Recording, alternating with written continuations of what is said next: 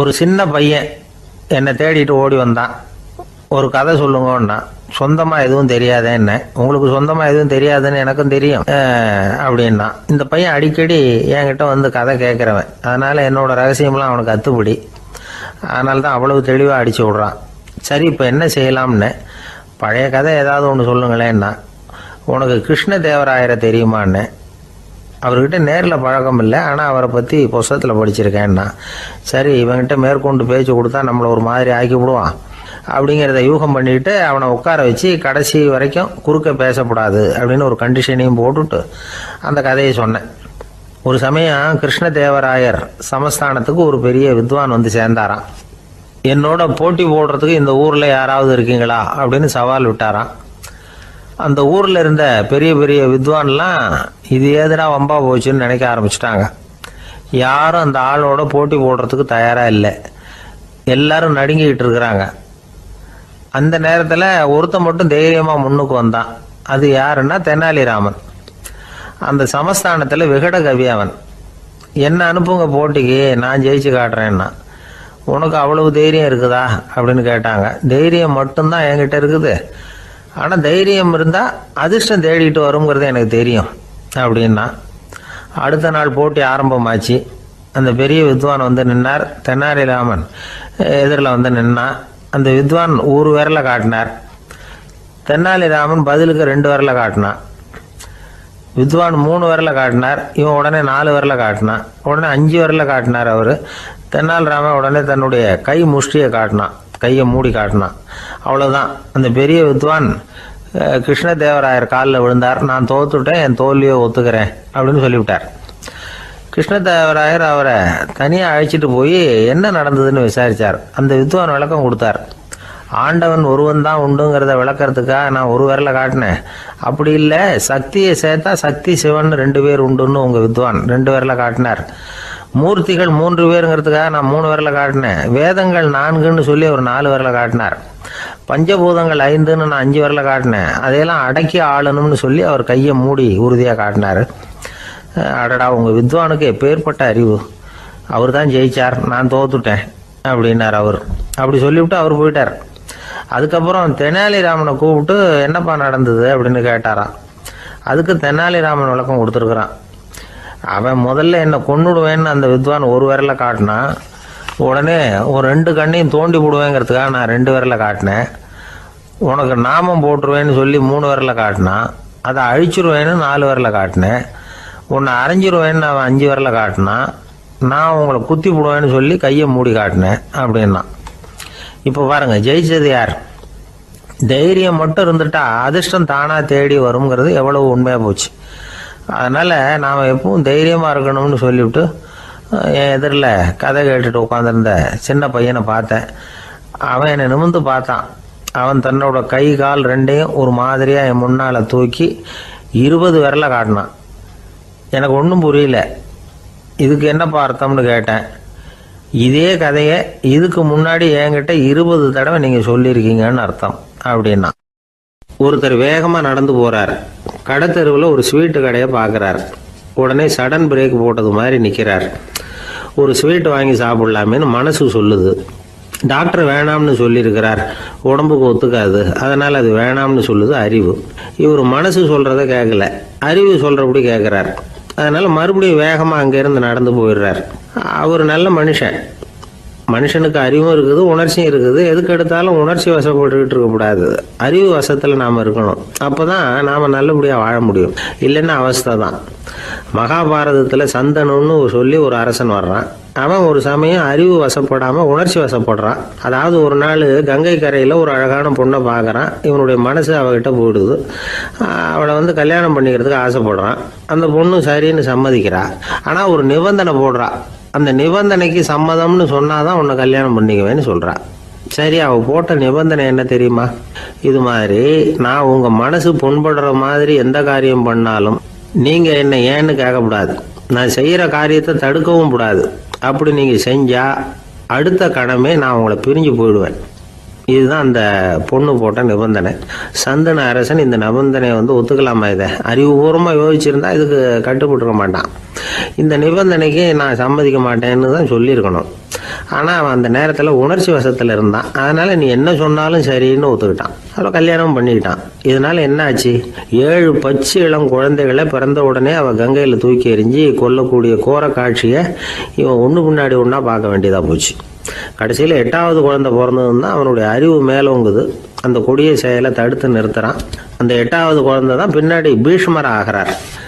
ஒரு பக்தி பிரசங்கத்தில் ஒரு பேச்சாளர் இந்த விஷயத்தை சொல்லிவிட்டு இன்னொரு விஷயமும் சொன்னார். அது என்னன்னா, சந்துனு மன்னன் அறிவுக்கும் உணர்ச்சிக்கும் நடுவில் அகப்பட்டு தவிச்சதுனால அவன் வம்சத்தில் வந்த கௌரவர்கள் உணர்ச்சி வசப்பட்டாங்க, பாண்டவர்கள் அறிவு வசப்பட்டாங்க அப்படின்னு சொன்னார். மனுஷனுக்கு உணர்ச்சியை விட அறிவு மேலோங்கி இருக்கணுங்கிறது சரிதான். ஆனால் அந்த அறிவை எப்படி உபயோகப்படுத்துகிறோங்கிறது முக்கியம். ஒருத்தர் சொன்னார், சார் இன்னைக்கு கோயம்புத்தூரில் ஒரு கல்யாணம், அதுக்கு நான் போக முடியலேன்னு நினைக்கும் பொழுது மனசுக்கு ரொம்ப வருத்தமாக இருக்குது சார் அப்படின்னார். ரொம்ப உணர்ச்சி வசப்பட்டார். அதுக்காக கவலைப்படாதீங்க சார், ஒரு வாழ்த்து தந்தி கொடுத்துருங்களேன் அப்படின்னார் இன்னொருத்தர். அது எப்படி சார் முடியும்னார் அவர். நான் தானே சார் கல்யாண மாப்பிள்ளை அப்படிங்கிறார் அந்த ஆள். ஒரு நண்பர் வந்தார். ரொம்பவும் இறுக்கமாக உடை அணிஞ்சிருந்தார். அதாவது ஆடைக்குள்ளே அவர் மாட்டிக்கிட்டு இருந்தது மாதிரி தெரிஞ்சது. ஏன் துணி குறைச்சலாக எடுத்துட்டீங்களா அப்படின்னு கேட்டோம். இல்லைங்க, எனக்கு எப்போவுமே இறுக்கமாக உடை அணிகிறது தான் பிடிக்கும் அப்படின்னார். ஒருத்தர் எப்படி உடை அணிகிறார் அப்படிங்கிறத வச்சு அந்த ஆள் எப்படிப்பட்டவர் அப்படிங்கிறத கண்டுபிடிச்சிடலாம். உடை அணிகிற விதம் ஒருத்தருடைய மனநிலையை வெளிப்படுத்துதான். இப்போ இறுக்கமான உடை அணிகிறவங்க பொதுவாக மன நிம்மதி இல்லாதவங்களாக இருப்பாங்களாம், கோபக்காரங்களாக இருப்பாங்களாம். ரொம்ப தொலைதொலைப்பாக ஆடை அணிகிறவங்க இருக்கிறாங்கல்ல, அவங்கெல்லாம் அமைதியான ஆளாக இருப்பாங்களாம், சாந்தமாக இருப்பாங்களாம். இவங்கெல்லாம் போராடுறதுக்கு சரியாக வரமாட்டாங்களாம். இப்படி ஒரு கணிப்பு இருக்குது. அதனால தான் போர் வீரர்களுக்கெல்லாம் இறுக்கமான உடையை தான் கொடுக்கறது வழக்கம். ஆனால் சன்னியாசிகளை பாருங்கள், அவங்களுக்கெல்லாம் ரொம்ப தொலை உடைகள் தான். அவங்கெல்லாம் டைட் பேண்ட் போட்டுக்கிட்டு நிற்க மாட்டாங்க சன்னியாசிகள்லாம். அதே மாதிரி சன்னியாசிகள்லாம் காவி உடையை தேர்ந்தெடுக்கிறதுக்கும் காரணம் உண்டு. பல ஆண்டுகள் சோதனை செஞ்சு பார்த்துட்டு தான் சன்னியாசத்துக்கு காவி தான் சரி அப்படின்னு முடிவு பண்ணியிருக்கிறாங்க. இப்போ பௌதீக விஞ்ஞானப்படியும் அதுதான் சரி. அதாவது சூரிய ஒளியில் 7 வண்ணங்கள் உண்டு. ஒரு பொருள் மேலே அது விழும் பொழுது அந்த பொருள் நமக்கு சிவப்பாக தெரிஞ்சதுன்னா அந்த பொருள் சிவப்பை தவிர மற்ற எல்லா நிற கதிர்களையும் உள்வாங்கிக்கிட்டு சிவப்பு நிறத்தை மட்டும் வெளியில் விடுது. அதாவது விலக்கி விடுது. அதனால தான் அந்த பொருள் சிவப்பாக தெரியுது. உடல் ஆரோக்கியத்துக்கு ஓரளவு சிவப்பு தேவைப்படுது. அதனால தான் காவி உடை அணிஞ்சால் சூரிய ஒளி ஓரளவு சிவப்பை விலக்கிவிடும். அதாவது சிவப்பின் பலனும் கிடைக்கும், இந்த சிவப்பின் கெடுதலும் இல்லை அப்படின்னு யோசனை பண்ணாங்க. காவி உதய வேளையின் நிறம். கீழ் வானத்தில் கதிர் உதிக்கிற வேளையில் முதல் ஒளி தோன்றுகிற நேரத்தில் காவி நிறம் தான் கசியும். தியானம் செய்கிறப்போ முதல்ல காணக்கூடிய ஒளி காவி நிறம்தான். தியானத்தின் உச்ச நிலையின் நிறம் நீலம். தியானம் காவி நிறத்தில் ஆரம்பமாகி நீல நிறத்தில் நிறைவடைகிறது அப்படிங்கிறார் ஓஷோ. நீலம் தியான சிகரம், காவி தியான ஆரம்ப குறியீடு, ஒரு சன்னியாசியின் ஆரம்ப தரிசனம் அப்படிங்கிறார் அவர். ஒருத்தர் நாள் பூரா காவி உடையே அணிஞ்சிருந்தா அந்த நிறம் அவருக்கு தியானத்தை பற்றிய நினைவை ஊட்டிக்கிட்டே இருக்கும். இப்படியே ஆடைக்கும் தியானத்துக்கும் இடையில ஒரு தொடர் ஏற்படுது. ஒரு துறவியின் உள்ளார்ந்த பண்பாக அது மாறுது. கடை வீதியில் ஒரு பொருள் வாங்க போகிறோம், அது மறந்துடக்கூடாதுங்கிறதுக்காக ஞாபகம் முடிச்சு போட்டுக்கிறோம். அந்த முடிச்சுக்கும் பொருளுக்கும் தொடர்பு இல்லை. ஆனால் கடை வீதிக்கு போன உடனே அந்த முடிச்சு அந்த பொருளை ஞாபகப்படுத்துது. அதாவது அந்த முடிச்சு ஒரு தொடர்பு அம்சமாக அமையுது. அது மாதிரி தான் காவி உடையும். ஒரு துறவி நடக்கும் பொழுது, சாப்பிடும் பொழுது, குளிக்கும் பொழுது அவருடைய காவி உடை அவருக்கு ஞாபகப்படுத்திக்கிட்டே இருக்கும். அது ஒரு நிலைப்படுத்தப்பட்ட நினைவாக ஞாபகம் முடிச்சாக மாறிடுது. காவி ஆடை இல்லைன்னா ஒருத்தரால் துறவியாக முடியாதுன்னு அர்த்தம் இல்லை. அதே நேரத்தில் காவி ஆடையால் ஒன்றும் பிரயோஜனம் இல்லை, அதில் ஒன்றும் அர்த்தம் இல்லை அப்படின்னு சொல்லிட முடியாது. இதுதான் உண்மை. இவ்வளவு தூரம் காவி ஆடையை பற்றி சொல்கிறதுனால எல்லாரும் சன்னியாசியாக போயிடுங்கோ அப்படின்னு நாம் சொல்கிறதாக யாரும் நினச்சிடக்கூடாது. மனசுக்கும் நிறத்துக்கும் உள்ள சம்பந்தத்தை தெரிஞ்சுக்கிறதுக்காக தான் இவ்வளவும். நமக்கு தெரிஞ்ச நண்பர் ஒருத்தர் இருக்கிறார், ஆஃபீஸில் வேலை பார்க்குறவர். ஒவ்வொரு மாதமும் 20ஆம் தேதிக்கு பிறகு அவரை போய் பார்த்தீங்கன்னா காவி உடை அணிஞ்சிக்கிட்டு, கண்ணை மூடிக்கிட்டு, கை ரெண்டையும் விரித்து வச்சுக்கிட்டு தியானத்திலேயே உட்காந்துருப்பார். ஏன் இப்படி பண்ணுறீங்கன்னு கேட்டேன். அதாவது 20ஆம் தேதிக்கு பிறகு என் கையில் ஒரு பைசா கூட கிடையாது, ஒரு சன்னியாசி லெவலில் இருக்கிறேன், என்கிட்ட எதுவும் செலவுக்கு கேட்காத அப்படின்னு என் மனைவிக்கு நான் சூக்காக உணர்த்துறதுக்காக அப்படி உட்காந்துருப்பேன் அப்படின்னு விளக்கம் கொடுக்குறார் அவர். ஒரு சராசரி மனிதனுடைய இயல்பு என்ன? இன்பம் வந்தால் துள்ளி குதிப்பான், துன்பம் வந்தால் சோர்ந்து போய் ஒரு மூலையில் உட்காந்துருவான். இவன் தான் சராசரி மனிதன். ஆனால் ஒருத்தன் இன்பம் வந்தால் அதுக்காக மகிழ்ச்சி அடையிறதில்ல, துன்பம் வந்தால் அதுக்காக சோர்ந்து போகிறதில்ல அப்படின்னு வச்சுக்கோங்க. அப்படி இருந்தால் அவன் சாதாரண ஆள் கிடையாது. ஒரு ஊரில் ஒரு ஞானி இருந்தார். அவரை தேடிட்டு ஒரு பெரியவர் வந்தார். ஐயா, ஞானத்தில் சிறந்த ஞானம் எது அப்படின்னு கேட்டாராம். இதுக்கு அந்த ஞானி என்ன பதில் சொன்னார் தெரியுமா? இன்பத்தினால மகிழ்ச்சி அடையாமலும் துன்பத்தினால சோர்வு அடையாமலும் இருக்கிறது தான் அந்த ஞானம், பெரிய ஞானம் அப்படின்னாராம். சரி சுவாமி, அப்படிப்பட்ட ஞானம் உங்களுக்கு எப்படி வந்ததுன்னு கேட்டிருக்காரு இவர். அதை நான் ஒரு கழுதைகிட்ட இருந்து கற்றுக்கிட்டேன் அப்படின்னாராம் அவர். இவருக்கு ஒன்றும் புரியல, ஒரு மாதிரியாக முழிச்சிருக்கிறார். இதை அவர் புரிஞ்சுக்கிட்டார். நீங்கள் நாளைக்கு காலையில் நம்முடைய ஆசிரமத்துக்கு வாங்க, புரிய வைக்கிறேன்னாராம்.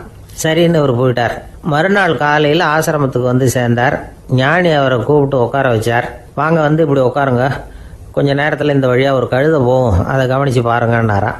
இவருக்கு இன்னமும் ஒன்றும் புரியாமல் போச்சு, ஒரே குழப்பம். இருந்தாலும் அந்த ஞானி சொன்னது மாதிரியே உட்காந்துருக்கிறார். கொஞ்சம் நேரத்தில் அந்த வழியாக ஒரு கழுதை போச்சு. அது முதுக நிறைய அழுக்கு மூட்டைகள், அதை சுமந்துக்கிட்டு போகுது. ஒரு செலவு தொழிலாளி அதை ஓட்டிகிட்டு போகிறார்.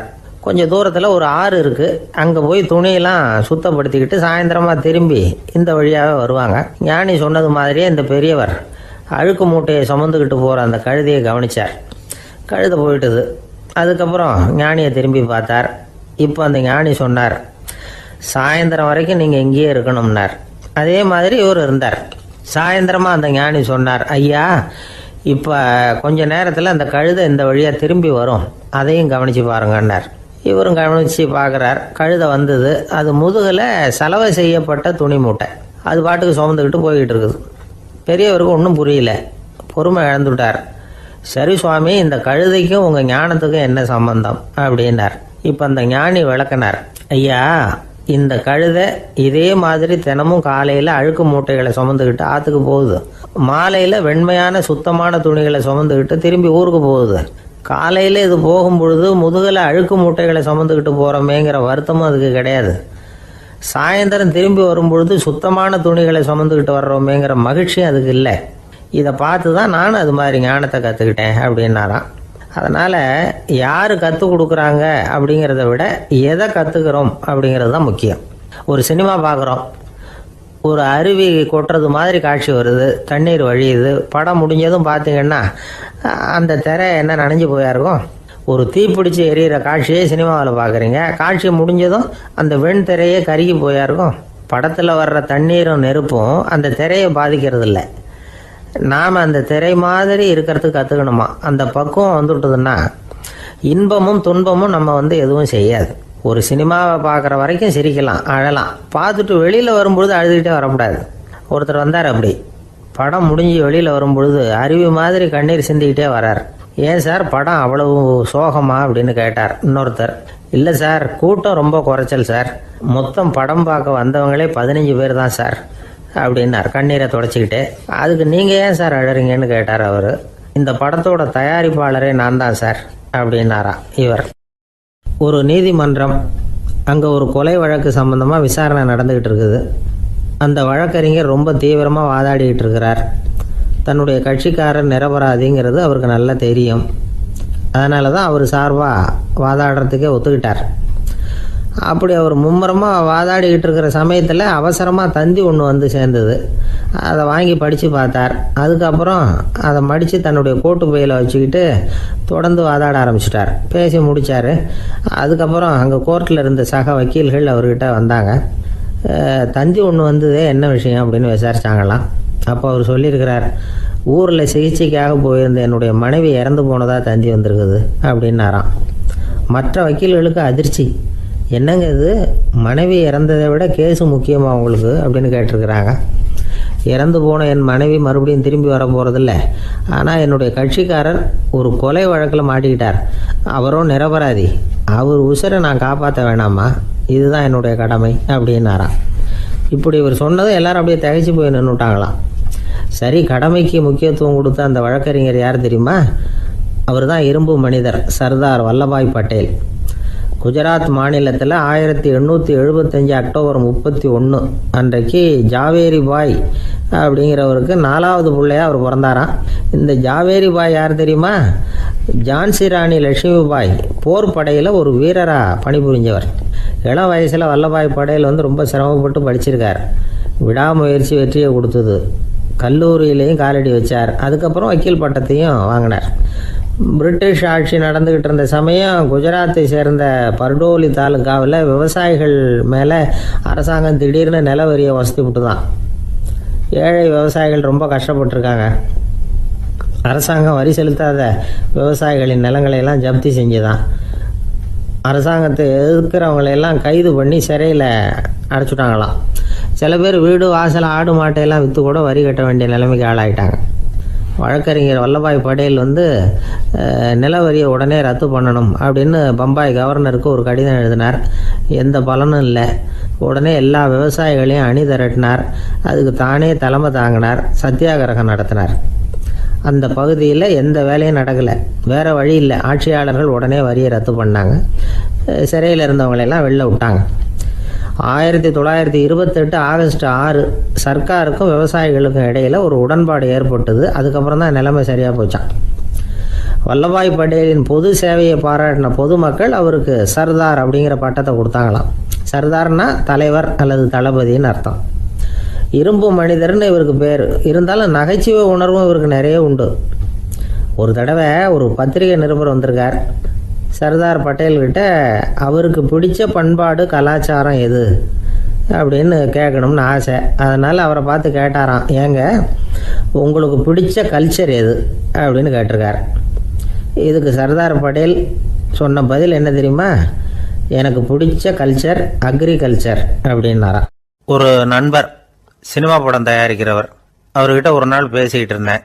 அது எப்படி சார், நீங்கள் எடுக்கிற எந்த படமும் கையை கடிக்காத அளவுக்கு எடுத்துடுறீங்களே, அது எப்படின்னு கேட்டேன். அது ஒன்றும் பெரிய விஷயம் இல்லை சார். பெண்களுக்குன்னு சில உருக்கமான காட்சிகள், இளைஞர்களுக்குன்னு சில நடனங்கள், அடிதடி காட்சிகள், அப்புறம் வயசானவங்களுக்குன்னு சில ஆன்மீக காட்சிகள், சின்ன பிள்ளைங்களுக்கு சிரிப்பு, இப்படி எல்லாமும் சேர்த்து நான் படம் எடுக்கிறேன். மசாலா படம்னு பேர். இது ரொம்ப பெருசாக இல்லைன்னாலும் ஓரளவுக்கு சுமாராக ஓடிடும், கையை கடிக்காது அப்படின்னார். இது ஒரு உத்தி. சில பத்திரிகை ஆசிரியர்களும் இந்த உத்தியை கையாளுறது உண்டு. இந்த உத்திக்கு பார்னம் உத்தி அப்படின்னு பேர். பார்னம் எஃபெக்ட் அப்படின்னு சொல்லுவாங்க. அதாவது ஃபீனியஸ் டி பார்னம் அப்படின்னு ஒருத்தர் அமெரிக்காவில் இருந்தாராம். அதாவது 19ஆம் நூற்றாண்டில் அமெரிக்காவில் கொடிகட்டி பறந்த ஒரு சர்க்கஸ் நிறுவனத்தின் அதிபர் அவர். இந்த உலகத்தில் ஒவ்வொரு நிமிஷமும் ஒரு ஏமாளி பறந்துக்கிட்டே இருக்கிறான் அப்படிங்கிறது அவருடைய சித்தாந்தம். ஒவ்வொருத்தரையும் திருப்திப்படுத்துகிற அளவுக்கு அம்சங்களை கொஞ்சம் கொஞ்சமாக கலந்து கேளிக்கை நிகழ்ச்சிகளை நடத்தினது தான் அவருடைய மகத்தான வெற்றிக்கு காரணம். அதனால் அந்த உத்தியை யார் கடைப்பிடிச்சாலும் சரி, அதுக்கு பார்னம் உத்தி அப்படின்னு பேர் வந்துட்டுது. ஜோசியம் சொல்கிறவங்களுக்கும் இந்த உத்தி தான் கை கொடுக்குது. ஒரு விஷயத்தை ஒருத்தருடைய கோள் நிலைகள் அல்லது கையெழுத்து நிரூபிக்கிறதாக அவர்கிட்ட சொன்னால் அதை அவர் நம்பிவிடுவார். ஆனால் அந்த விஷயம் நல்லதாக இருக்கணும், நேர்மையானதாக இருக்கணும், அதாவது பாசிட்டிவாக இருக்கணும். 8ஆம் இடத்துல குரு, 9ஆம் இடத்துல சனி, நீங்கள் ஒரு பெரிய மேதை தான் அப்படின்னு சொல்லுவாங்க. கேட்குறவங்களுக்கு அதை மறுக்கிறதுக்கு மனசு வராது. அப்படி சொல்லும் பொழுது கூடவே என்ன கொஞ்சம் முன்கோபம் அதிகமாக இருக்கும், இருந்தாலும் அது உடனே மறைஞ்சிரும் அப்படின்னு சில அற்ப விஷயங்களையும் சொன்னாலும் அதையும் சரிதான்னு சொல்லி ஒத்துக்குவாங்க. ஆளுமையை எடை போடுகிற ஒரு நிறுவப்பட்ட உத்தியின் மூலமாக தன்னுடைய குணாதிசயங்கள் கண்டுபிடிக்கப்பட்டதாக அவர் நம்புறது தான் இதுக்கு காரணம். இந்த மாதம் பணத்தட்டுப்பாடு கொஞ்சம் இருக்கும், உடம்புல ஏதாவது கொஞ்சம் அசௌகரியம் இருக்கும், வீட்டுக்குள்ளே லேசாக மனஸ்தாபம் வரலாம், இது மாதிரி பொதுப்படையாக சிலதை சொன்னாலே போதும், மக்களை நம்ப வச்சுடலாம். இதெல்லாம் நமக்கு மட்டும்தான் ஏற்படுது அப்படின்னு சொல்லி அவங்க நினைக்கிறது தான் காரணம். இதுதான் பார்னம் உத்திங்கிறது. மனிதர்கள் பாராட்டுக்களை விரும்புகிறதும் விமர்சனங்களை வெறுக்கிறதும் பார்னம் உத்தியின் அடுத்த கூறு. அதனால் ஒருத்தருக்கு ஜோசியம் சொன்னாலும் சரி, அவருடைய ஆளுமையை மதிப்பிடுறதாக இருந்தாலும் சரி, அவரை புகழற மாதிரி இருந்தாலும் சரி, அப்படி இருந்தால் தான் அது சரியாக இருக்கும். சாதகமான விஷயங்களை அதிகமாகவும் பாதகமான விஷயங்களை நாசூக்காகவும் சொன்னால் மக்கள் அதை நம்பிவிடுவாங்க. ஒருத்தரை கருமின்னு சொன்னால் ஏற்றுக்க மாட்டார், அதையே கொஞ்சம் மாற்றி நீங்கள் கொஞ்சம் சிக்கனமான ஆசாமி அப்படின்னு சொன்னால் நீங்கள் சொல்கிறது சரிதான் சார் அப்படிம்பார். நீங்கள் பெரிய செலவாளி தான், இருந்தாலும் நல்ல விஷயங்களுக்கு தான் செலவழிப்பீங்க அப்படின்னு சொல்லணும். இப்படி இந்த வாரணம் உத்தியை கடைபிடிச்சி இன்னைக்கு வெற்றிகரமாக காலம் தள்ளுறவங்க நிறைய பேர் இருக்கிறாங்க. இந்த உலகத்தில் ஒவ்வொரு நிமிஷமும் ஒரு ஏமாளி பறந்துக்கிட்டே இருக்கிறான் அப்படிங்கிறது தான் ஃபீனியஸ் பார்னம் அவர்களுடைய நம்பிக்கை. அதை விட அடுத்தவங்களை ஏமாளியாக நினைக்கிற மனுஷர்கள் தான் இன்னைக்கு உலகத்தில் ரொம்ப அதிகம். ஒருத்தர் தன்னுடைய மேல் அதிகாரிகிட்ட போய், ஐயா ஒரு நாள் லீவு வேணும், என் தங்கச்சிக்கு கல்யாணம் அப்படின்னார். அவரு பார்த்தார், ஒரு 10 நிமிஷம் வெளியில் இருங்கன்னார். 10 நிமிஷம் கழித்து கூப்பிட்டார், இதை பாருங்க நீங்கள் சொல்கிறது பொய், இப்போ உங்கள் தங்கச்சிக்கு ஃபோன் பண்ணேன், அவங்க தனக்கு 2 வருஷத்துக்கு முன்னாடியே கல்யாணம் ஆகிட்டதாக சொல்கிறாங்க அப்படின்னார். உடனே இவர் சொன்னார், சார் இப்போ நீங்கள் சொல்கிறதும் பொய்யா தான் இருக்கணும், ஏன்னா நிஜமாக எனக்கு ஒரு தங்கச்சியே கிடையாது அப்படின்னார். சில பேர் ஆளை பார்த்தா 60 வயசு மாதிரி தோணும், உண்மையான வயசு என்னன்னு பார்த்தா 40 அல்லது 45 சில பேரை பார்க்கறதுக்கு 45 மாதிரி தெரியும், உண்மையிலேயே 65 தாண்டி இருப்பாங்க. ஒரு மனிதனுக்கு 2 வகையான வயது உண்டுங்கிறார் ஓஷோ. அதாவது உடம்புக்குன்னு ஒரு வயசு, மனசுக்குன்னு ஒரு வயசு. முதல் உலக மகாயுத்தம் நடந்தது இல்லையா, அது முடிஞ்சதுக்கு அப்புறம் முதல் தடவையா மனிதனின் மூளை வளர்ச்சியை பற்றி மனநல வைத்தியர்கள் ஒரு கணக்கெடுப்பு சோதனை நடத்தினாங்களாம். அது வரைக்கும் மனிதனுக்கு 2 வகையான வயது உண்டுன்னு யாரும் சிந்திச்சதே இல்லையா. அந்த உலக மகாயுத்தம் முடிஞ்சதுக்கு அப்புறம் மனிதனுடைய சராசரி மனதின் வயதை கணக்கிட்டு பார்க்கும் பொழுது அவங்களுக்கெல்லாம் ரொம்ப அதிர்ச்சியாக இருந்துதான். ஏன்னா அது ரொம்ப பின்தங்கிய நிலையில் இருந்திருக்கு, வளர்ச்சி அடையாத நிலையில் இருந்திருக்கு. அவங்க கண்டுபிடிச்ச பிரகாரம் அப்போ மனசோட சராசரி வயசு என்ன தெரியுமா, 14. அப்படின்னா பார்த்துங்க, உடல் ரீதியாக ஒருத்தரோட வயசு 70 கூட இருக்கலாம், ஆனால் மனசோட வயசு 14 தான். இதுக்கு நேர்மாறாக அமைஞ்சு போச்சுன்னு வச்சுங்க. அதாவது ஒருத்தருக்கு உண்மையிலேயே 14 வயசு, அதாவது உடலோட வயசு 14, அவரோட மனசின் வயசு 70ன்னு வச்சுக்கோங்க. இப்படி அமைஞ்சுட்டுதுன்னா அவர் சீக்கிரம் ஞானத்தன்மை அடைஞ்சிருவார் அப்படின்னு அர்த்தம். இப்போ நமக்கெல்லாம் உடம்போட வயசு மனசோட வயசு ரெண்டும் ஒன்றா இருந்துட்டா அதுவே போதும், அதுவே பெரிய விஷயம். இப்போ எமர்சன் கிட்ட போய் ஒருத்தர் கேட்டாராம், உங்கள் வயசு என்ன அப்படின்னு. அவர் உடனே பதில் சொல்லியிருக்கார், 360 வருஷம் அப்படின்னாராம். கேட்டவர் குழம்பி போயிட்டார். அவர் என்ன சொல்கிறாரு, 360 வயசா, என்ன நம்ம காதில் தான் சரியாக விழலையா? எமர்சன் எப்பவும் உண்மையை பேசுகிற ஒரு சிறந்த அறிவாளி, அவர் இப்படிலாம் பொய் சொல்ல மாட்டாரே அப்படின்னு ஒரு யோசனை பண்ணிக்கிட்டே இவர் மறுபடியும் அவர் கிட்ட போனாராம். ஐயா நீங்கள் சொன்னது சரியாக என் காதில் விழலை, அதனால் மறுபடியும் கேட்குறேன், உங்கள் வயசு என்ன அப்படின்னாராம். எமர்சன் மறுபடியும் சொல்லியிருக்கிறார் 360 வருஷம்னு. வந்தவருக்கு உண்மையிலேயே அதிர்ச்சியாக போட்டுது. அதுக்கப்புறம் மெதுவாக ஆரம்பித்தாராம், ஐயா நீங்கள் சொல்கிறத என்னால் ஏற்றுக்க முடியாது, எப்படி பார்த்தாலும் இப்போ உங்களுக்கு வயசு ஒரு 60க்கு மேலே இருக்காதுன்னு நினைக்கிறேன் அப்படின்னாராம். நீங்கள் சொல்கிறது சரிதான், அது என் உடம்போட வயசுன்னாராம் எமர்சன். அப்படின்னா ஏற்கனவே நீங்கள் சொன்னது அப்படின்னு கேட்டிருக்காரு, அது என் மனசோட வயசு அப்படின்னாராம். நம்மளை பொறுத்த வரைக்கும் அறிவு தூசு படிஞ்சிருக்கு, அது மாதிரியே அன்பும் மாசுபட்டிருக்கு. இது ரெண்டையும் சுத்தம் பண்ண வேண்டியிருக்குது, அப்போ தான் நாம் சரியான வயசில் வாழ முடியும். ஒரு ஆசாமி இருக்கிறார், அவருக்கு உடம்போட வயசு அதிகம், மனசோட வயசு ரொம்ப குறைச்சல், குழந்தை மாதிரி. அவர் ஒரு ஆஸ்பத்திரியில் படுத்திருக்கிறார். நர்சம்மா எல்லாருக்கும் மருந்து கொடுத்துட்டு போகிறாங்க. கொஞ்ச நேரம் கழித்து திரும்பி வந்தாங்க. அப்போ இவர் அந்த அம்மாவை கூப்பிட்டு சொல்கிறார், இதை பாருங்கள் சிஸ்டர், நீங்கள் எல்லாருக்கும் சின்ன சின்ன மாத்திரையாக கொடுத்துட்டு எனக்கு மட்டும் நீளமான மாத்திரையாக கொடுத்துட்டீங்க, முழுங்கிறதுக்கு ரொம்ப கஷ்டமாக போச்சு, இனிமேல் எனக்கும் சின்ன மாத்திரையாக கொடுங்க சிஸ்டர் அப்படின்னாராம். அந்த அம்மா உடனே அதிர்ச்சியாகி தலையில் அடிச்சுக்கிட்டாங்களாம். நான் கஷ்டப்பட்டு மாத்திரையை முழுங்கினத்துக்கு நீங்கள் ஏமா தலையில் தட்டிக்கிறீங்க அப்படின்னு கேட்டிருக்காரு இவர். இதுக்கு அவங்க சொல்லியிருக்கிறாங்க, நான் உங்களுக்கு கொடுத்துட்டு போனது மாத்திரை இல்லைங்க, அது தெர்மாமீட்டர் அப்படின்னாங்களாம். ஒருத்தர் ஓடி வந்தார், இன்னொருத்தரை பார்த்து, சார் உங்கள் சைக்கிளை ஒரு நாள் இரவல் கொடுங்களேன், பக்கத்து ஊருக்கு போயிட்டு வர வேண்டியிருக்கு அப்படின்னார். இவர் சைக்கிளை கொடுத்து பத்திரமா கொண்டுட்டு போங்கன்னார். சார் இதை பத்திரமா கொண்டு போகிறேன், கவலையே வேணாம், ஏன்னா இது உங்களோட சைக்கிள் அப்படின்னு நான் நினைக்கல, என்னோட சைக்கிளாக நினைக்கிறேன் அப்படின்னார். அதுக்கப்புறம் தான் இவருக்கு உண்மையாகவே பயம் வந்துட்டுது. ஏன்னா அவர் சொன்னது மாதிரி அதை தன்னோட சைக்கிளாவே நினைச்சு தள்ளிட்டு போட்டா என்ன பண்றது? எது எதை நம்முடையதா நினைக்கணுங்கிறதுக்கு ஒரு வரையறை இருக்கு. சில பேர் ஆபீஸையே வீடா நினைச்சு விடுறது உண்டு. அப்படிப்பட்டவங்க கூட வீட்டை ஆபீஸா நினைக்கிறது இல்லை. ஏன்னா வீட்டில் இவர் ஆபீஸரா நடந்துக்க முடியறதில்லை. இதெல்லாம் ஒரு பக்கம் இருக்கட்டும். இப்போ விஷயத்துக்கு வருவோம். பொறியியல் மேதை டாக்டர் விஸ்வேஸ்வரய்யா இருந்தார் இல்லையா, பாரத ரத்னா விருதெல்லாம் கொடுத்தாங்களே. ஆபீஸ் வேலை வேற, சொந்த வேலை வேற அப்படிங்கிறதுக்கு ஒரு உதாரணமா இருந்தவர் அவர். மைசூர் மகாராஜா கிட்ட திவானா இருந்தார். அவர் ஒரு நாள் அரசாங்க வேலை காரணமா வெளியூர் போயிருந்தார். ஹாசன்கிற ஊருக்கு பக்கத்துல ஒரு பயண மாளிகை, அங்க தங்கிவிட்டார். ராத்திரி அங்க தங்கி இருந்துட்டு விடிஞ்சதும் ஊருக்கு திரும்புறதாக திட்டம். ராத்திரி தூங்குறதுக்கு ரொம்ப நேரம் ஆயிட்டுது. ரொம்ப நேரம் வரைக்கும் அரசாங்க சம்பந்தப்பட்ட வேலைகளையே பார்த்துக்கிட்டு இருக்கிறார். அரசாங்க ஃபைல்கள் நிறைய இருந்தது. அதையெல்லாம் ஒவ்வொன்றா எடுத்தார், படித்து பார்த்தார், பரிசீலனை பண்ணார். அதில் எழுத வேண்டியதை எழுதினார், கையெழுத்து போட்டார். ஒரு வழியாக அந்த வேலையெல்லாம் முடிஞ்சுது. அதுக்கப்புறம் என்ன பண்ணார்னா, தன்னுடைய சூட்கேஸை திறந்தார். அதிலிருந்து 2 மெழுகுவத்தியை எடுத்து கொளுத்தி வச்சார். அந்த பயண மாளிகையில் அது வரைக்கும் எரிஞ்சுக்கிட்டு இருந்த மின்சார விளக்குகளை அணைச்சுட்டார். அதுக்கு பிறகு அந்த மெழுகுவத்தி வெளிச்சத்தில் சில புத்தகங்களை தொடர்ந்து படிக்க ஆரம்பிச்சிட்டார். அந்த பயண மாளிகையில் பணியாளராக இருந்தவர் இதை பார்த்துட்டு ஓடி வந்தார். மறுபடியும் மின் விளக்கு போடுறதுக்காக போனார். விஸ்வேஸ்வரய்யா அதை பார்த்துட்டு போட வேணாம்ட்டாராம். இது வரைக்கும் நான் அரசாங்க அலுவல்களை கவனிச்சுக்கிட்டு இருந்தேன், அதனால மின் விளக்குகள் அப்போ எரிஞ்சதில் தப்பு இல்லை. இப்போ நான் புத்தகம் படிச்சுக்கிட்டு இருக்கேன், இது என்னுடைய சொந்த வேலை. இங்கே இருக்கிற மின் விளக்கு அதுக்காக ஏன் எரியணும் அப்படின்னு கேட்டாராம். இப்போ இருக்கிற சில அரசு பணியாளர்கள்கிட்ட இந்த சம்பவத்தை பேச்சோட பேச்சா சொல்லி பார்த்தேன். அவங்களால இதை ஜீரணிக்கவே முடியல. நேர்மை தேவைதான் சார், அதுக்காக அவ்வளவு தூரத்துக்கு அது தேவையா அப்படிங்கிறாங்க. விஸ்வேஸ்வரய்யா அப்படி பண்ணினது தான் ஒரு நேர்மையாளர் அப்படின்னு இந்த உலகத்துக்கு நிரூபிக்கணுங்கிறதுக்காக இல்லை.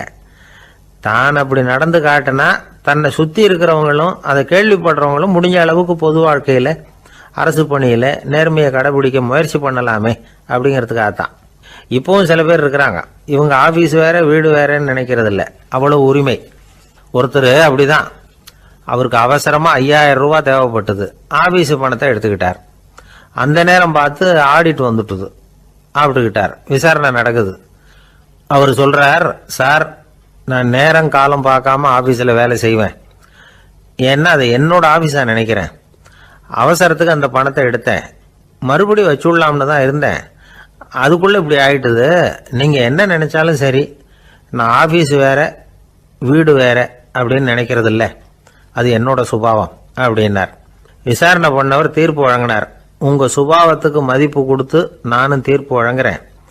நீங்கள் கொஞ்ச நாள் ஜெயிலில் இருந்துட்டு வாங்க, அது உங்களுக்கு கஷ்டமாக இருக்காதுன்னு நினைக்கிறேன்.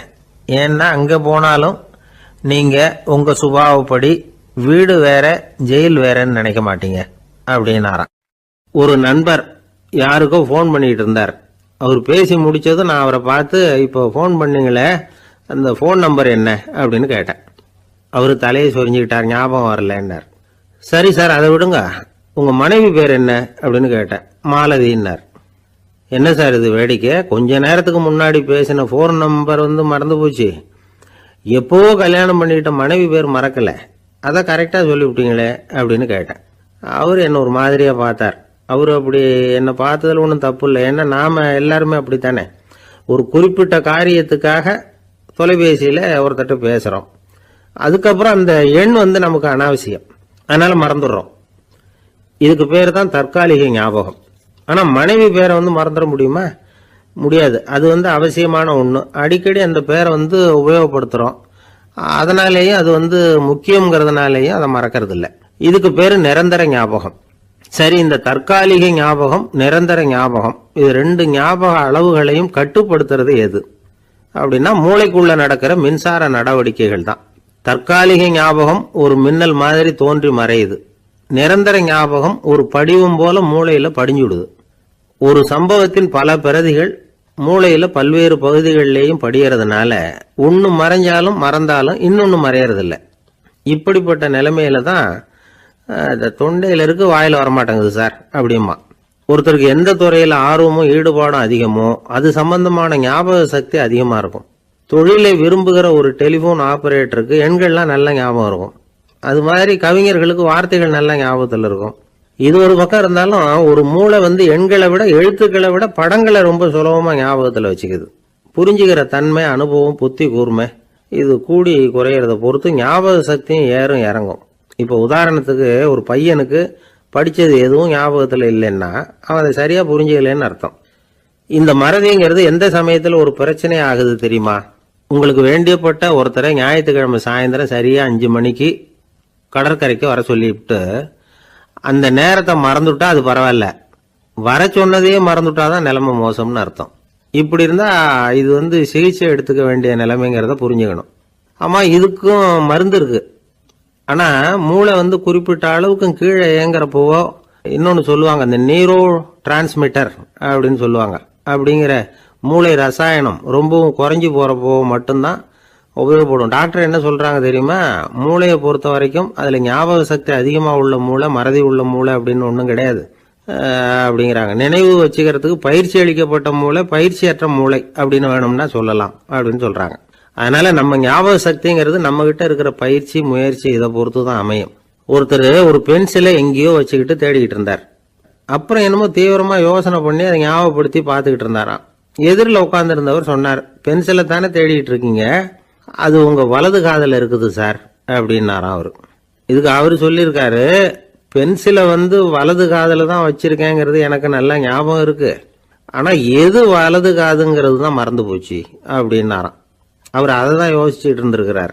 ஒருத்தர் ரொம்ப கவலையோட உட்காந்துருந்தார். எதை பத்தி சார் கவலைப்படுறீங்கன்னு கேட்டோம். எதிர்காலத்தை பத்தி கவலைப்படுறேன்னார். ஏன்னு கேட்டோம். என்ன பண்றதுன்னே தெரியல சார், எதிர்காலம் ஒரே இருட்டா இருக்கு, பாதையே புரியலன்னார். இன்னைக்கு நம்ம இளைஞர்கள் பல பேருக்கு எதிர்காலம் இருட்டா தான் தெரியுது. அவங்கெல்லாம் இந்த கதையை கொஞ்சம் கேட்கணும். ஒரு மலை அடிவாரத்தில் ஒரு சின்ன கிராமம். அந்த மலை ரொம்ப உயரமானது, அடர்த்தியா செடி கொடிகள் மரங்கள் அதில் மண்டி கிடக்குது. பகல் வேளையில் இருட்டாக தான் இருக்கும், அவ்வளவு அடர்த்தி. அந்த மலை உச்சியில் ஒரு கோவில். நாள் ராத்திரியே புறப்பட்டாதான் காலையில் அந்த கோயிலுக்கு போய் சேர முடியும். கிராமத்து இளைஞன் ஒருத்தன் அந்த மலை உச்சிக்கு போக வேண்டியிருந்தது. கையில் ஒரு விளக்கை எடுத்துக்கிட்டு நாள் ராத்திரியே புறப்பட்டான். புறப்பட்டு போனவன் கிராமத்து எல்லையிலேயே நின்றுட்டான். ஏன் தெரியுமா? அவன் கையில் இருந்த விளக்கோட வெளிச்சம் 10 அடி தூரத்துக்கு தான் தெரியுது. அது வரைக்கும் தான் பாதை தெளிவாக இருக்குது. அதுக்கு அப்பால எல்லாம் ஒரே இருட்டாக இருக்குது, பாதை புரியல. இவன் யோசனை பண்ணி பார்த்தான். மனசுக்குள்ள ஒரு சந்தேகம். 10 அடி தூரம் தானே வெளிச்சம் தெரியுது, அப்படின்னா நாம் 10 அடி தூரம் தானே போக முடியும். அதுக்கும் அந்தாண்ட ஒரே இருட்டாக இருக்குது, அதில் எப்படி நாம் நடந்து போகிறது? நாம் ரொம்ப தூரம் நடந்து போய் ஆகணுமே. அப்படிப்பட்ட நினப்பெல்லாம் அவனுக்கு வந்துவிட்டது. இதுதான் அவன் மனசில் ஏற்பட்ட தயக்கம். இப்படி யோசிச்சுக்கிட்டே அந்த இளம் ஆசாமி புறப்பட்ட இடத்துலயே நின்றுகிட்டு இருக்கிறான். அந்த சமயத்தில் ஒரு வயசான பெரியவர் அந்த பக்கமாக வந்தார். அவர் கையில் இதை விட சின்னதாக ஒரு விளக்கு வச்சிருந்தார். அது எப்படின்னா அது ஒரு 5 அடி தூரத்துக்கு தான் வெளிச்சம் காட்டுது, அவ்வளவு சின்ன விளக்கு. அவரும் மலை உச்சிக்கு போகிறதுக்காக தான் வந்துகிட்டு இருக்கிறார். அவரை பார்த்து இவன் கேட்டான், என்ன பெரியவரே, இவ்வளவு சின்ன விளக்க வச்சுக்கிட்டு அவ்வளவு தூரத்துக்கு எப்படி மலையேற போறீங்க அப்படின்னு கேட்டான். நீ ஏன் இப்படி தயங்கிட்டே நிற்கிறேன்னு கேட்டார் பெரியவர். என்கிட்ட இருக்கிற விளக்கு 10 அடி தூரத்துக்கு தான் பாதையை காட்டுதுன்னா. இப்போ பெரியவர் சொன்னார், தம்பி, உன் கையில் இருக்கிற விளக்கு கொடுக்குற வெளிச்சத்தை வச்சு நீ முதல்ல 10 அடி தூரம் முன்னாடி போ, 10வது அடியில் போய் நின்றுக்கிட்டு பாரு, மறுபடியும் ஒரு 10 அடி தூரத்துக்கு பாதை தெரியும். இப்படி உன் கையில் இருக்கிற விளக்கு தொடர்ந்து வெளிச்சம் காட்டிக்கிட்டே இருக்கும். நீ முன்னேற முன்னேற அந்த வெளிச்சமும் முன்னேறும். அதனால எத்தனை கிலோமீட்டர் தூரம் வேணும்னாலும் நீ இந்த 10 அடி தூரம் வெளிச்சத்தை வச்சுக்கிட்டே நீ போயிடலாம், புறப்படு அப்படின்னார். இப்போதான் அந்த பெரியவர் சொன்னது இளைஞனுக்கு பளிச்சுன்னு புரிஞ்சுதான். உடனே உற்சாகமாக புறப்பட்டான், உச்சிக்கு போய் சேர்ந்தான். இந்த கதையிலேருந்து நாம் புரிஞ்சுக்க வேண்டியது என்ன தெரியுமா? நீண்ட கால திட்டம் ஒன்று போடும் பொழுது நமக்கு முன்னாடி இருக்கிறத மறந்துட்டு மனசை போட்டு குழப்பிக்க கூடாது. உங்கள் கையில் என்ன இருக்கோ அதுலேயே உங்கள் எதிர்காலம் மறைஞ்சிருக்குது. கண் முன்னாடி தெரியறத வச்சு ஆரம்பிங்க, போக போக வழி தானா புலப்படும் அப்படிங்கிறார் ஒரு பெரியவர். பெரிய பயணங்களையெல்லாம் இப்படி தான் நடத்த வேண்டியிருக்கும். ஒவ்வொரு அடியாக எடுத்து வச்சா ஓடி போய் சேர்ந்து விடலாம், மலைச்சி போய் நின்றுட்டா நின்றுக்கிட்டே இருக்க வேண்டியது தான். நம்ம ஆள்லாம் ரொம்ப மோசமாக இருக்கிறாங்க. ஒருத்தன் அப்படி தான் நீண்ட தூர பிரயாணம் ஒன்று புறப்பட்டான். ரயில் போய்கிட்டே இருந்தது. கொஞ்ச தூரம் போச்சு, பாதி வழியில் கையில் வச்சுருந்த டிக்கெட்டை காற்றுல விட்டுட்டான். ஐயோ, என் டிக்கெட்டு போயிட்டுதே அப்படின்னு கத்த ஆரம்பிச்சுட்டான். பக்கத்தில் இருந்த பெரியவர் அவனை பார்த்து பரிதாபப்பட்டு, கவலைப்படாத தம்பி, போனா போகுது, வேற டிக்கெட் வாங்கிக்கலாம் அப்படின்னு ஆறுதல் சொன்னார். அதுக்கு அவன் சொல்கிறான், சார், நான் அதுக்காக அழலை, அந்த டிக்கெட்டு கிடைச்சா தானே நான் எந்த ஊருக்கு போகணுங்கிறது எனக்கு தெரியும் அப்படிங்கிறான். ஒரு அம்மா, அவங்களுக்கு 35 வயசு இருக்கும், குடும்பத்தில் எந்த கஷ்டமும் இல்லை, இருந்தாலும் காரணம் இல்லாமல் பிள்ளைங்க பேரில் கோவப்படுறது, எரிஞ்சு விடுறது அவங்க வழக்கம். பிள்ளைங்க அழும், உடனே அவங்க மனசும் சங்கடப்படும். இன்னொரு அம்மா, நல்ல வேலையில் இருக்கிறவங்க, வாரத்துக்கு ஒரு தடவையாவது தலைவலி வந்துடும். இவங்களுக்கெல்லாம் உடம்புல எந்த கோளாறும் இல்லை, மனசு மட்டும் சரியாக இருக்காது, தூக்க மாத்திரை கையில் வச்சுருப்பாங்க. 30-35 வயசுடைய பெண்களுக்கு சர்வசாதாரணமாக காணப்படுகிற மனக்கோளாறு இது. இதுக்கு பேர் மனவாட்டம், டிப்ரெஷன், மனமடிவு அப்படின்னு சொல்லலாம். இந்த நோய்க்கு அறிகுறி என்ன தெரியுமா? மனசில் வருத்தமான உணர்வு இருக்கும், அடிக்கடி அழலாம் போல தோணும். முன்னால் எல்லாம் எந்தெந்த செயலில் ஆர்வம் இருந்ததோ அதெல்லாம் குறைஞ்சிரும், அல்லது சுத்தமாகவே ஆர்வம் இல்லாமல் போயிடும். சில பெண்கள் இளம் வயசில் பக்கத்தில் இருக்கிறவங்க கிட்ட கலகலப்பாக பேசுவாங்க, வீட்டை அலங்கரிக்கிறதுல ஆர்வம் இருக்கும். இப்போ அதில் எல்லாம் ஆர்வம் இல்லாமல் போயிடும். எந்த வேலை செஞ்சாலும் சீக்கிரம் களைப்பு அடைஞ்சுடுறது மாதிரி ஆகிடும். நமக்கு யாருமே உதவியாக இல்லை, நம்ம எல்லாரும் கை விட்டுட்டாங்க போல இருக்குதே அப்படிங்கிற உணர்வுலாம் உண்டாகும். தன்னைத்தானே குறை சொல்லிக்குவாங்க, நாம் தப்பு பண்ணிவிட்டோம் போல இருக்குதே அப்படின்னு தோணும். குற்றம் பண்ணிட்டதா நினச்சி கஷ்டப்படுவாங்க. பசி இருக்காது, தூக்கத்தில் தொந்தரவு இருக்கும், அடிக்கடி செத்து போடலாங்கிற உணர்வு வரும், தற்கொலை பண்ணிக்கலாங்கிற எண்ணம் உண்டாகும். சில பேர் தற்கொலை முயற்சியில் கூட ஈடுபடுவாங்க. சில பேருக்கு பலவிதமான உடல் வலிகள் இருக்கும், பலவீனம் இருக்கும், சீக்கிரமாக களைப்படைஞ்சு போடுவாங்க. இதெல்லாம் மனவாட்ட நோய்க்கான தன்மைகள். இந்த மனவாட்டம், அதாவது டிப்ரெஷனை 2 வகையாக பிரிக்கலாமா. ஒன்று தானாக உண்டாக்கிக்கிறது, இன்னொன்று எதிர் விளைவை உண்டு பண்ணுகிற அல்லது நரம்பு சம்பந்தப்பட்ட டிப்ரெஷன். தானாக உண்டாக்கிக்கிற மனவாட்ட நோய் இருக்கு பாருங்க, அதுக்கு ஏதாவது சூழ்நிலை காரணமாக இருக்கலாம், அல்லது இல்லாமலும் போகலாம். மூளையில் டொப்பாமைன் அல்லது செரட்டோனின் இதோட அளவு குறையும் பொழுது இந்த டிப்ரெஷன் உண்டாகுது. இதுக்கு ஓரளவு பிறவி காரணங்கள் கூட இருக்கலாம், குடும்பத்தில் வேற சிலருக்கும் வரலாம். பாதிக்கப்பட்ட பெண்ணை பார்க்கறதுக்கு பலவீனமாக தெரியும், கடுமையான குற்ற உணர்வு இருக்கும், தனியாக இருக்கிறதுக்கு ஆசைப்படுவாங்க, நடு ராத்திரியில் எழுந்திரிச்சு உட்காந்து கஷ்டப்பட்டுக்கிட்டு இருப்பாங்க, கொடூரமான முறையில் தற்கொலை பண்ணிக்க முயற்சி பண்ணுவாங்க, தீ வச்சுக்கிறது, அமிலத்தை குடிக்கிறது, தூக்கில் தொங்குறது. இப்படி தானாக வரவழைச்சிக்கிற மனவாட்ட நோய் மறையக்கூடிய நோய். ஒரு தடவை வந்தால் 3லேருந்து 6 மாதம் வரைக்கும் நீடிக்கும். இடைப்பட்ட காலங்களில் நோயாளி இயல்பாக இருப்பார்.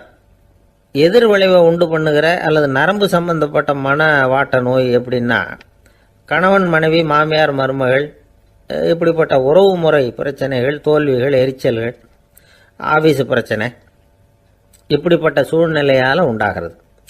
எல்லாத்துக்கும் மருந்து இருக்குது, மார்க்கம் இருக்குது, கவலைப்பட வேண்டியதில்லை, தைரியமாக இருக்கணும்.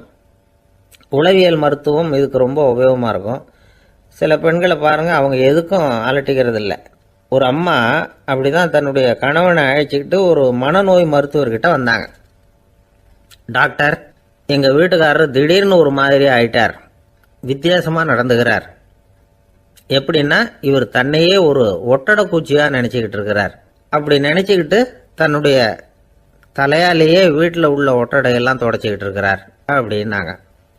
எவ்வளவு நாளாக அப்படி இருக்குதுன்னு கேட்டார் டாக்டர். 1 வாரமாக அப்படி இருக்குது அப்படின்னாங்க அந்த அம்மா.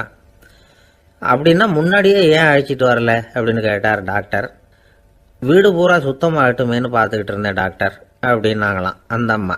ஒரு ஊரில் ஒரு ஞானி இருக்கிறார், ரொம்ப பெரிய ஞானி, ரொம்ப வயசாயிட்டுது. கடைசி காலத்தில் அவர்கிட்ட சில பேர் வந்தாங்க. உங்கள் குரு யார் அப்படின்னு கேட்டாங்க. அவர் நிமிர்ந்து பார்த்தார். எனக்கு ஆயிரக்கணக்கான குருமார்கள் உண்டு, அவங்க பேரெல்லாம் சொல்லணும்னா இந்த காலம் பத்தாது, ஆனால் முக்கியமான ஒரு 3 பேரை பற்றி மட்டும் உங்களுக்கு சொல்கிறேன் அப்படின்னாராம். அப்புறம் சொன்னார், அந்த 3 பேரில் ஒருத்தன் ஒரு திருடன். ஒரு சமயம் ஒரு பாலைவனம் வழியாக நான் போய்கிட்டு இருந்தேன். அப்போது வழி தவறி போய் ஒரு கிராமத்துக்கு போயிட்டேன். அது இருட்டு நேரம், நடுராத்திரி, ஊரே உறங்கி போச்சு. அந்த நேரத்தில் ஒரு ஆள் மட்டும் ஒரு வீட்டு சுவத்தில் ஏதோ பண்ணி உள்ளே நுழையிறதுக்கு முயற்சி பண்ணிகிட்டு இருக்கிறான். அவங்கிட்ட போய் நான் இன்னைக்கு இங்கே எங்கே தங்க முடியும் அப்படின்னு கேட்டேன். அதுக்கு அவன், இந்த ராத்திரி வேளையில் அது ரொம்ப சிரமம், ஒரு திருடனோட உங்களால் தங்க முடியும்னா நீங்கள் என்னோட தங்கலாம் அப்படின்னா. நான் அவங்க கூட 1 மாதம் தங்கியிருந்தேன். ஒவ்வொரு நாள் ராத்திரியும் இப்போ நான் என்னுடைய வேலைக்கு போகிறேன், நீங்கள் ஓய்வு எடுத்துக்கோங்க அப்படின்னு சொல்லிவிட்டு போவான். அவன் திரும்பி வந்த உடனே உனக்கு ஏதாவது கிடைச்சிதான்னு நான் கேட்பேன். அதுக்கு அவன், இன்னைக்கு ராத்திரி ஒன்றும் இல்லை, நாளைக்கு மறுபடியும் முயற்சி பண்ணுவேன் அப்படின்பா. எப்பவும் அவன் நம்பிக்கை இழந்ததே கிடையாது, எப்பவும் சந்தோஷமாகவே இருப்பான். நானும் ரொம்ப காலமாக தியானம் பண்ணிக்கிட்டே இருந்தேன், ஒன்றுமே நடக்கலை. ஆனால் நான் என்ன பண்ணேன் தெரியுமா, மனசு வருத்தப்படும், நம்பிக்கை இழந்துருவேன். அப்போல்லாம் அந்த திருடனுடைய விடாமுயற்சி தான் ஞாபகத்துக்கு வரும். அதனால் அந்த திருடன் எனக்கு ஒரு குரு. என்னுடைய 2வது குரு யாருன்னா அது ஒரு நாய். இது எப்படின்னா, ஒரு சமயம் எனக்கு ரொம்ப தாகமாக இருந்தது. ஒரு நதியை நோக்கி போயிட்டு இருந்தேன். அப்போ ஒரு நாயும் வந்தது, அதுக்கும் தாகம். ஓடி வந்து ஆற்றை பார்த்தது. அதோட நிழல் வந்து ஆற்றுல தெரிஞ்சுது. அதை பார்த்ததும் பயந்துட்டுது. அதாவது அது தன்னுடைய சொந்த உருவத்தையே கண்டு பயந்தது. அதை பார்த்து குறைக்குது, திரும்பி ஓடிச்சு. ஆனால் அதுக்கு தாகம் அதிகமாக இருந்ததுனால அது மறுபடியும் திரும்பி வந்தது. பார்த்தா மறுபடியும் தண்ணியில் நாயோட உருவம் தெரியுது. இப்படி சில தடவை பண்ணிச்சு. இருந்தாலும் கடைசியில் தண்ணியில் குதிச்சுட்டுது துணிஞ்சி. இப்படி குதித்த உடனே அதோட உருவமும் மறைஞ்சுட்டுது. இதை பார்த்தேன். நான் என்ன புரிஞ்சுக்கிட்டேன்னா, எவ்வளவுதான் பயம் இருந்தால் கூட ஒருத்தன் தைரியமாக காரியத்தில் இறங்கணும் அப்படிங்கிறத புரிஞ்சுக்கிட்டேன். இந்த போதனை அந்த நாய்கிட்ட இருந்து எனக்கு கிடைச்சிது. இது ஒன்று. அடுத்தது என்னுடைய 3வது குரு யாருன்னா அது ஒரு சின்ன குழந்தை. நான் ஒரு சமயம் ஒரு நகரத்துக்கு போனேன். அங்கே ஒரு குழந்தை எரிகிற மெழுகுவத்தி ஒன்று எடுத்துக்கிட்டு வந்தது. நான் அந்த குழந்தைய பார்த்து வேடிக்கையாக கேட்டேன், ஏன் பாப்பா இந்த மெழுகுவத்தியை நீயாவே கொளுத்துனியா அப்படின்னு கேட்டேன். ஆமான்னுது அந்த குழந்தை. சரி, இந்த மெழுகுவத்தி முன்னாடி எரியாமல் இருந்தது, இப்போ எரியுது. இந்த மெழுகுவத்திக்கு வெளிச்சம் எங்கேருந்து வந்தது, அதை எனக்கு காட்ட முடியுமா அப்படின்னு கேட்டேன் அந்த குழந்தைகிட்ட. இதுக்கு அந்த குழந்தை சிரிச்சுக்கிட்டு அந்த மெழுகுவத்தியை ஊதி அணைச்சுட்டுது. அதுக்கப்புறம் என்னை பார்த்து கேட்டுது, இப்போ இந்த மெழுகுவத்தியின் வெளிச்சம் போனதை பார்த்தீங்க இல்லையா, அது எங்கே போச்சுன்னு எனக்கு சொல்லுங்க அப்படின்னுது. அந்த குழந்தை இப்படி கேட்டதும் என்கிட்ட இருந்த ஆணவம் அழிஞ்சுட்டுது. நான் படித்ததெல்லாம் அந்த வினாடியில் சுக்கு நூறாக போயிட்டுது. என்னுடைய முட்டாள்தனத்தை நான் உணர்ந்தேன் அப்படின்னு இவ்வளவும் அந்த ஞானி விவரமாக சொன்னாராம். அதனால் நாம் இன்னார்கிட்டே இருந்து தான் இதை கற்றுக்கணுங்கிறது இல்லை, யாருக்கிட்டே இருந்தும் எதையும் கற்றுக்கலாம். நம்மால் ஒருத்தன் ஒரு நாய் வளர்த்துக்கிட்டு இருந்தான். அந்த நாய்க்கு வால் கிடையாது, யாரோ ஏற்கனவே வெட்டி எடுத்துட்டாங்க. இந்த நாய் தான் சார் எனக்கு குரு, அதுகிட்டே இருந்து கூட நான் பாடம் கற்றுக்கிட்டு இருக்கிறேன் அப்படின்னா. அப்படி என்ன கற்றுக்கிட்டேன் இந்த வால் இல்லாத நாய்கிட்டே இருந்து அப்படின்னு கேட்டோம். நாம் யாருக்கிட்டையும் வாலாட்டக்கூடாது அப்படிங்கிற பாடத்தை அதுகிட்டே இருந்து தான் நான் கற்றுக்கிட்டேன் அப்படின்னா. இந்த உலகத்தில் எவ்வளவோ உயிரினங்கள் இருக்குது, ஒவ்வொன்றும் ஒவ்வொரு விதமாக சண்டை போடுது. இப்போ 2 மாடு சண்டை போட்டுக்குதுன்னு வச்சுங்க, என்ன பண்ணும், 2 முட்டிக்கும். அதுக்கு சண்டை போடுறதுக்கு ஆயுதமாக உபயோகப்படுறது அதோட கொம்பு. 2 சேவல் சண்டை போட்டுக்குதுன்னு வச்சுங்க, அதுக்கு ஆயுதமாக உபயோகப்படுறது அதோட கால் நகம். காலால் தான் அது ஒன்றோட ஒன்று சண்டை போட்டுக்கும். ஆனால் 2 மனுஷன் சண்டை போட்டுக்கிறான்னு வச்சுங்க, இவன் இன்னதை தான் ஆயுதமாக உபயோகப்படுத்துவான்னு குறிப்பிட்டு சொல்ல முடியாது. கல்லை எடுப்பான், கத்தி எடுப்பான், துப்பாக்கி எடுப்பான், என்ன வேணாலும் பண்ணுவான். வாயால் திட்டுவான், கையால் அடிப்பான், காலால் உதைப்பான், சகலகலாக வல்லவன். விலங்குகள்லாம் பொதுவாக வாயை சாப்பிட்றதுக்கு மட்டும்தான் உபயோகப்படுத்துது. ஆனால் இவனுக்கு சாப்பிட்றதுக்கும் அதுதான், சாப்பிட்டு விட்டு திட்டுறதுக்கும் அதுதான். ஆனால் ஒரு விஷயத்தில் மட்டும் கெட்டிக்கிறேன். அதாவது நாம் சண்டை போட்டுக்கிட்டாலும் பரவாயில்லை, கோழிகள் சண்டை போடாமல் இருக்கணும் அப்படின்னு ஆசைப்படுறான். எதுக்காக? கோழிகள் சண்டை போடாமல் இருந்தால் நிறைய முட்டைகள் போடுமா, அதுக்காக தான் இந்த அக்கறை. கோழி பண்ணை வச்சிருக்கிறவங்களுக்கு இது ஒரு பெரிய பிரச்சனை.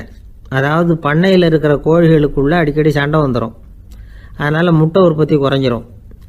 சரி, இதுக்கு என்ன பண்ணுறது? பண்ணையில் போய் உட்காந்துக்கிட்டு தினமும் பஞ்சாயத்து பேசிகிட்டு இருக்க முடியுமா? அமெரிக்காவில் கோழி பண்ணை வச்சிருக்கிற ஒருத்தர் இதை பற்றி யோசனை பண்ணி பார்த்தாராம். ஒரு வழியையும் கண்டுபிடிச்சிருக்கார்.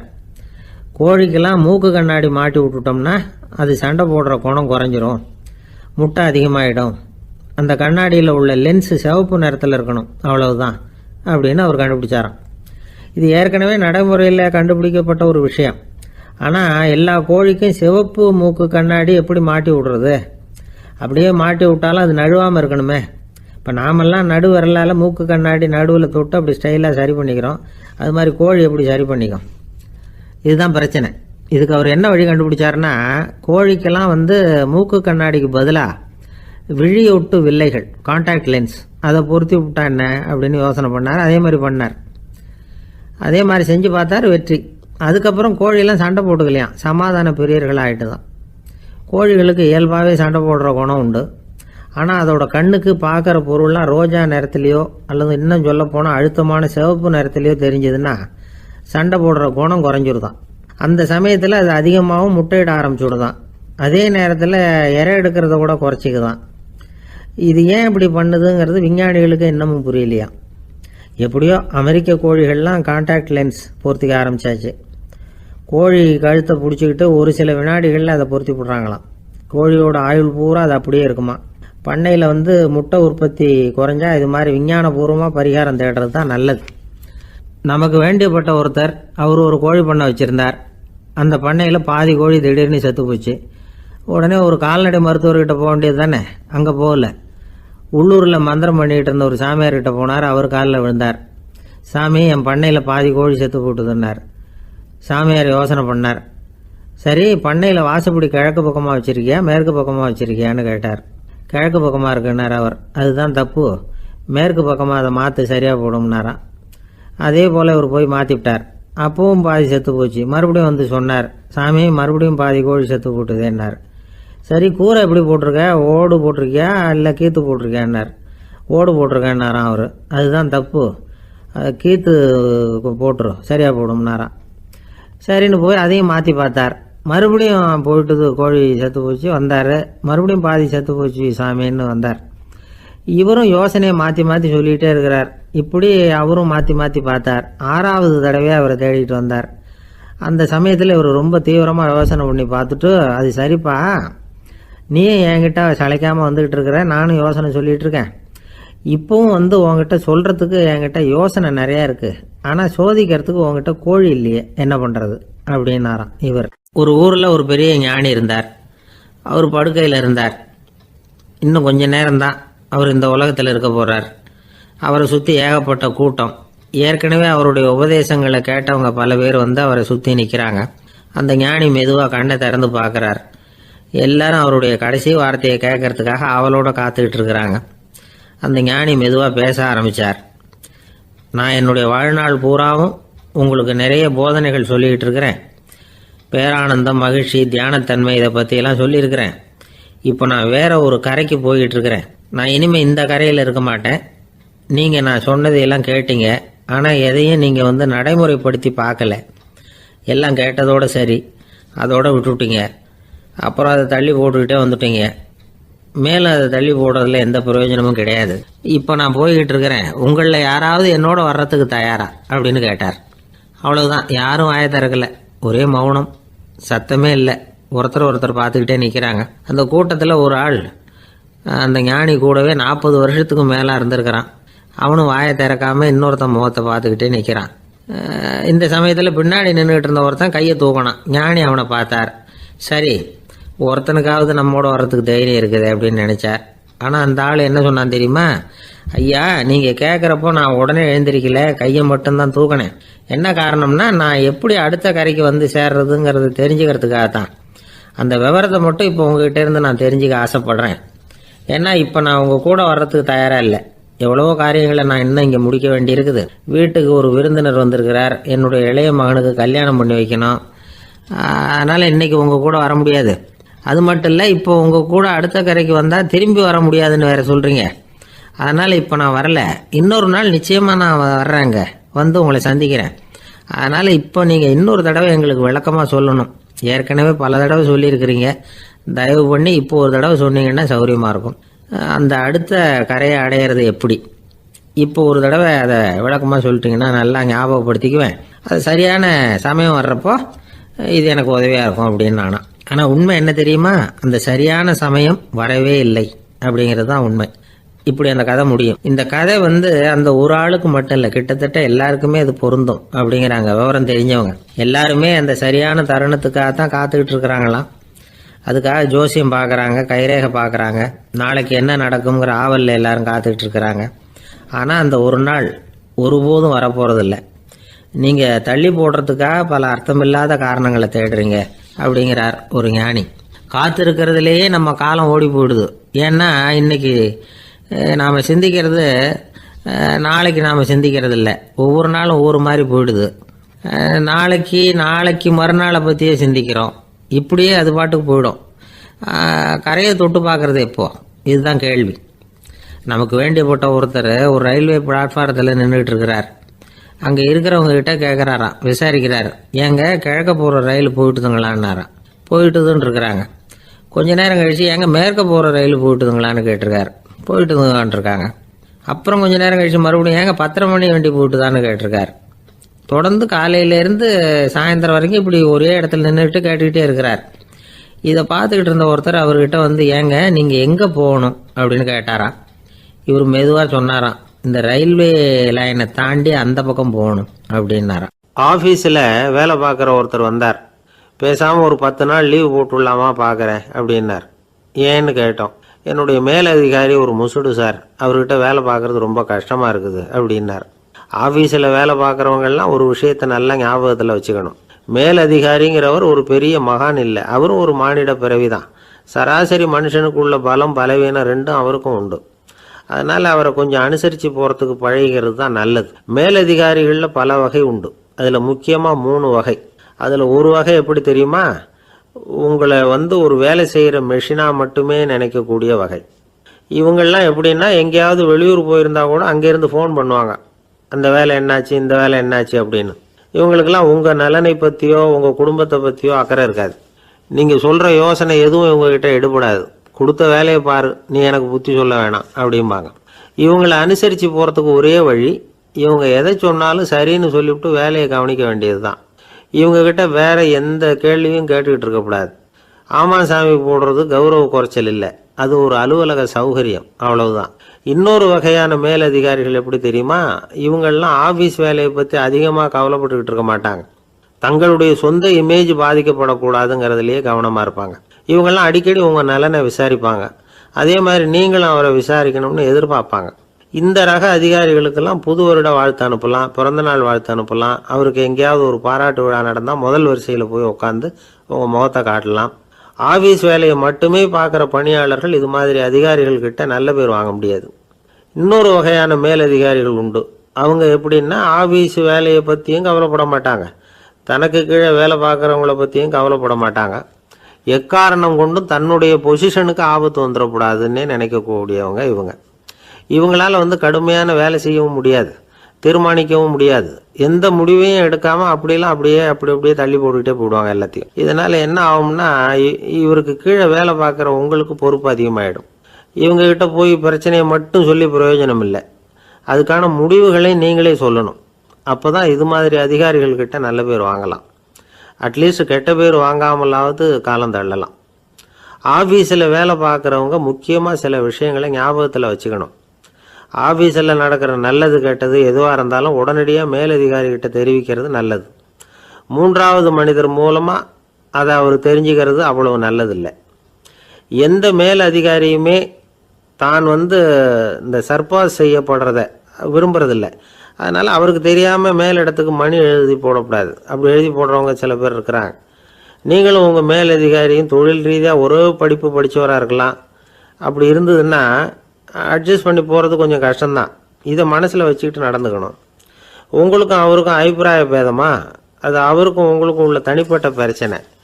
அதை விளம்பரப்படுத்திக்கிட்டு இருக்கக்கூடாது, அது அவருடைய கோபத்தை கிளறும். உங்கள் மேலதிகாரி உங்கள் கூட படித்தவராக இருக்கலாம், அதுக்காக அவரை எல்லாருக்கும் முன்னாடி அடைய கிச்சாமி எப்படிடா இருக்க அப்படின்லாம் கேட்டுக்கிட்டு இருக்கக்கூடாது. பொதுவாக யாரும் அதை விரும்புறதில்லை. இவ்வளவையும் உங்கள் மனசில் வச்சுக்கிட்டு கொஞ்சம் சாமர்த்தியமாக நடந்துக்கிட்டிங்கன்னா ஆஃபீஸ் உங்களுக்கு அவஸ்தையாக இருக்காது, ஆனந்தமாக இருக்கும். ஒரு மேலதிகாரி தன்கிட்ட வேலை பார்க்குற ஒருத்தரை பற்றி ரொம்ப பெருமையாக சொன்னாராம். எங்கள் ஆஃபீஸில் எவ்வளவோ பேர் வேலை பார்க்குறாங்க, எல்லாரும் தினமும் வந்து ஏதாவது பிரச்சனைகளை சொல்லிகிட்டு இருப்பாங்க.